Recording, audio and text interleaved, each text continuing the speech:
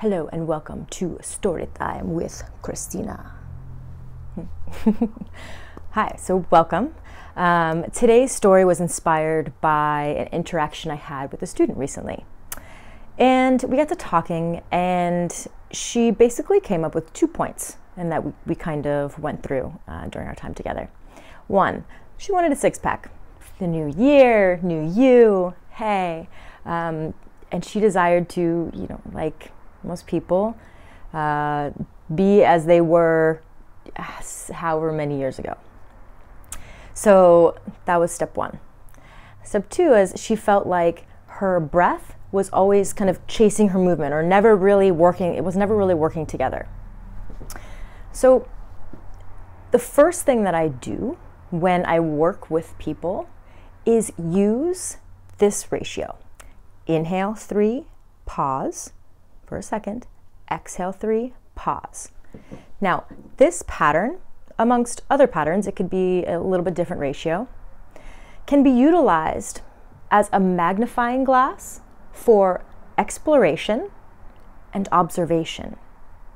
Okay, magnifying glass, the box breath, or just the 4 corners of the breath, not even the box, it doesn't have to be a box, is the magnifying glass, hello, of exploration and observation. So I took her through that pattern just to see where her breath goes, not give her any instruction. I just wanted to see who she is. And so I said, inhale 3, pause, exhale 3, pause, inhale 3, pause. And it was kind of hard for her to pause. She kind of struggled with the pause. Her breath was very much in her chest. It was very shallow. There was no compression with her exhale. And so we came out, and I go, hey, did you notice that your breath was more in your chest? She's like, oh yes, it used to be up in my throat. So, I mean, she's had some progress already, before she even came to me. And so what we did is I took that pattern and then applied it to the pelvic floor. Exhale for 3 seconds, squeeze the pelvic floor. Inhale, relax. And so when you do that for about a minute or two, naturally the breath will start to drop. And I could see it, her hesitation in the compression and her hesitation in the relaxation, but she, at the end of those couple minutes, she opened her eyes and was able to acknowledge the feeling and the difference. So that is probably the key to having a six-pack, is being able to breathe into it. If you can't isolate and breathe just into the space below your belly button, or, isolate the space above your belly button, it's gonna be, your core will not be as efficient. You may be able to have a six-pack, but it won't be efficient, okay? Just because you have a six-pack doesn't mean that your body's working right. So the next step was to assess the reason why her breath was chasing her movement. And granted, if she's unable to inhale for 3, pause, exhale 3, pause without her mind wandering, or, needing to catch a breath or take more breaths per minute, then granted, for sure, she's not going to be able to connect it with her movement.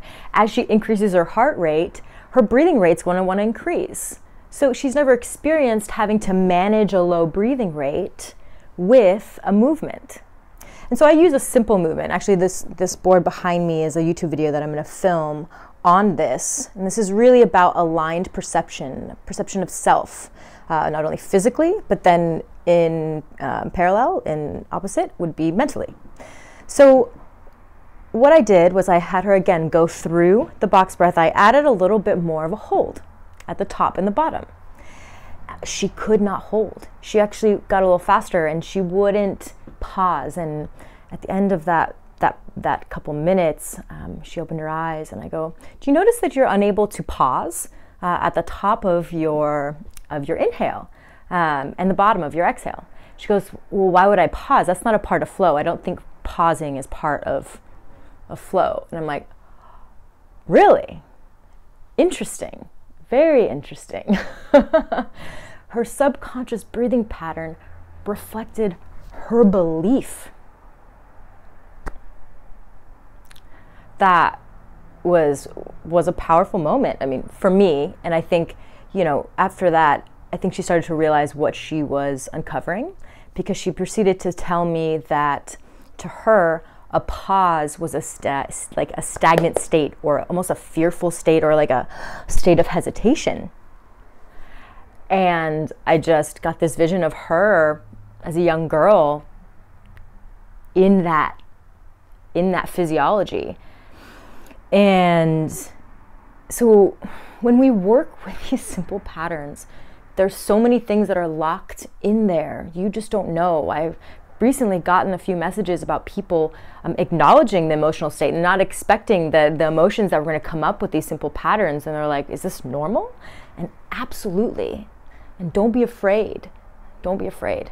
And so the last thing that we did, we acknowledged that it's okay to pause, that a pause can be a space of observation, a space of stillness and calmness and reflection, or just to be, right? And so I asked her to think about the positive aspects of a pause. And so I had her then connect it to her movement. Again, using the same pattern, inhale 3, pause, exhale 3. I had her do the simplest little spine movement. Because if you make it too complicated, they're going to increase their respiration rate and their breathing rate, and that's not going to help. So I do a good little Qigong exercise. If you go on my YouTube page, you can look up the 3-way spine, and these are really beautiful daily movements that you can do to give nutrients to your spine. So I had her inhale forward, pause for a moment, briefly exhale, pause, inhale forward, and exhale back. Inhale forward.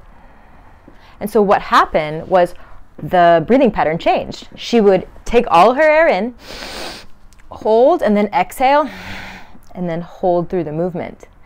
So notice she wasn't able to pause when I wanted her to, but when added to a movement, through the movement she paused. So it's interesting. You see how they're slightly off.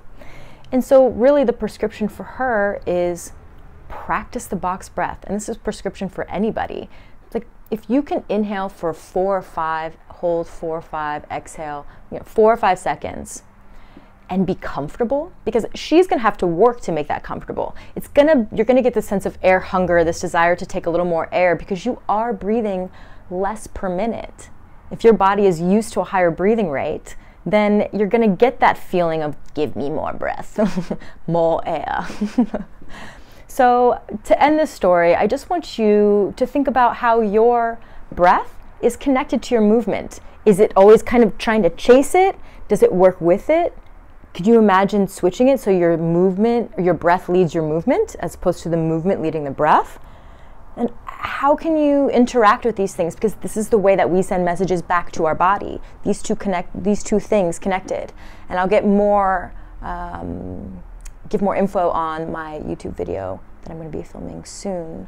So yeah, thank you for listening. If you're still listening, please leave your comments.